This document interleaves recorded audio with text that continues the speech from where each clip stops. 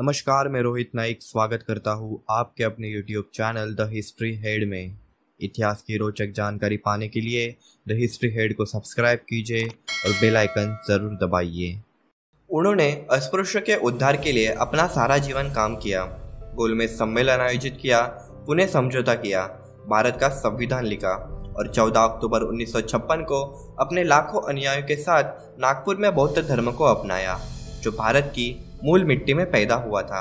लेकिन बौद्धों को ये पता नहीं है कि डॉक्टर बाबा साहेब आम्बेडकर मृत्यु के अंतिम क्षण तक क्या कर रहे थे। तो आइए द हिस्ट्री हेड के इस अंक में जानते हैं डॉक्टर बाबा साहेब आम्बेडकर जी के जीवन के अंतिम 6 दिन। डॉक्टर बाबा साहेब आम्बेडकर की बात करें तो उनके जैसा किताबों के प्रति प्रेम करने वाला भारत में कोई नहीं था और न कभी होगा। लोग अपने परिवारों के लिए महलों का निर्माण करते हैं, लेकिन आम्बेडकर जी एकमात्र ऐसे व्यक्ति थे जो ग्रंथों के लिए शानदार संरचनाएं बनाते थे। बाबा साहेब ने ये सोचा या नहीं सोचा होगा कि उनकी मृत्यु कैसे होगी, लेकिन बहुत से लोग यह नहीं जानते हैं कि इस महान व्यक्ति ने अपने अंतिम दिनों को अपने प्रिय ग्रंथों की संगत में ही बिताया था। 14 अक्टूबर 1956 को नागपुर में दीक्षा स्थल पर लाखों अनुयायियों के साथ बौद्ध धम्म की दीक्षा के एक दिन बाद में बाबा साहेब को नागपुर नगर निगम द्वारा सम्मानित किया गया। इस अवसर पर उन्होंने पंडित जवाहरलाल नेहरू के घातक साम्यवाद और सुएज नहर के राष्ट्रीयकरण के लिए भारत के समर्थन की कड़ी आलोचना की। इसके तुरंत बाद बाबा साहेब जी 16 तारीख को चंदा शहर में धम्म दीक्षित कार्यक्रम के लिए शामिल हो गए। हालांकि थकावट के कारण 18 तारीख को बिना कोई भाषण दिए नागपुर लौट आए और तुरंत माई साहिब अम्बेडकर और नानक चंद रत्तू के साथ दिल्ली के लिए रवाना हो गए। 1 दिसंबर 1956 को दिल्ली में अपने आवास पर उन्होंने नानक चंद रत्तू और वरिष्ठ सामाजिक कार्यकर्ता सोहनलाल शास्त्री के साथ दिल्ली में बौद्ध कला प्रदर्शनी का दौरा किया।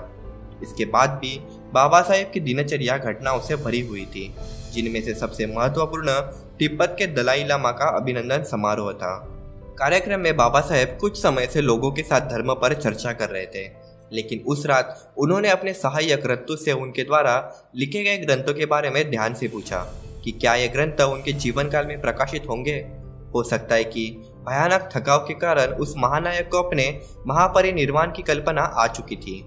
3 दिसंबर को उन्होंने जो कुछ भी लिखा था उसे टाइप करने के बाद अचानक वह अपने बीमार माली को देखने के लिए उसके कमरे में चले गए। खुद बाबा साहेब जी को देखकर वो माली फूट फूट कर रोने लगा, जैसे उसने अपने भगवान को ही देखा हो। उसे समझाते हुए बाबा साहेब कहने लगे कि मत रोना, मुझे भी आज या कल जाना ही है, मौत किसी के लिए रुकती नहीं है। दरअसल बाबा साहेब ने ऐसा कभी नहीं कहा था, लेकिन उनकी बातें सुनकर सभी हैरान रह गए। 4 दिसंबर को बाबा साहेब ने आचार्य अत्रे और SM जोशी को पत्र लिखने के अलावा रिपब्लिकन पार्टी के लक्ष्यों पर 15 पन्नों का लेख भी लिखा। 5 दिसंबर को अपनी बिगड़ती सेहत के बावजूद उन्होंने बुद्ध और मार्क्स किताब का एक हिस्सा लिखना शुरू कर दिया था, लेकिन थकाव के कारण उन्होंने उस काम को छोड़ दिया और जमीन पर ही लेट गए। रत्तू को बाबा साहेब को सारा दिन जमीन पर पड़ा हुआ देखना पसंद नहीं था, इसलिए वह उनसे रात के खाने के लिए आग्रह करने लगा। उन्होंने पहले मना कर दिया, लेकिन रत्तू ने उनकी एक नहीं सुनी, इसलिए वो ड्राइंग रूम से डाइनिंग हॉल के लिए डिनर के लिए चले गए। इस ड्राइंग रूम में बाबा साहेब द्वारा एकत्रित किए गए ग्रंथों का खजाना था, जिसमें सभी जाति ग्रंथों से कानून, अर्थशास्त्र, समाजशास्त्र, दर्शन शास्त्र के महान और दुर्लभ ग्रंथ शामिल थे। बाबा साहेब जी ने बड़े प्यार से अपने उस जायदाद को देखा। कुछ किताबें नानक चंद रत्तू को सौंप दी और भोजन कक्ष में बैठ गए। उस दिन बाबा साहेब जी ने नानक चंद रत्तू की संतुष्टि के लिए एक छोटा सा भोजन का निवाला लिया और वह फिर से अपने ग्रंथ संपत्ति के पास बैठ गए और अचानक से चल उठा ले कबीरा तेरा भवसागर डेरा, ये दोहा जोर जोर से बोलने लगे। उस दिन उनकी सेहत ठीक ना होने के कारण भी उन्होंने देर रात तक अपना कलम चलाया और 6 दिसंबर के प्रातः काल को सो गए। उस दिन सुबह सूरज पूरब दिशा से तो उग चुका था, लेकिन डॉक्टर भीमराव रावजी आम्बेडकर नाम का एक सूर्य जो 65 साल तक एक ऊर्जा स्रोत बन के जल रहा था, उसका अस्त हो चुका था। इस महापंडित ने अपना पूरा जीवन दूसरों की भलाई के लिए प्रयास करते हुए बिताया। उन्होंने अपने विद्वत्ता के बल पर बहुतों को झुकाया और जिस किताबों से उन्हें ये विद्वत्ता मिली थी उसी में अपने आप को समा दिया।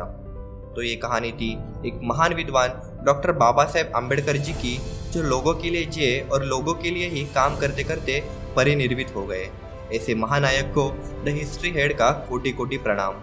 तो आज की वीडियो में बस इतना ही। अगर वीडियो अच्छी लगी हो तो लाइक कीजिए, कमेंट कीजिए और इतिहास की रोचक जानकारी जानने के लिए द हिस्ट्री हेड को सब्सक्राइब कीजिए और बेल आइकन अवश्य दबाइए।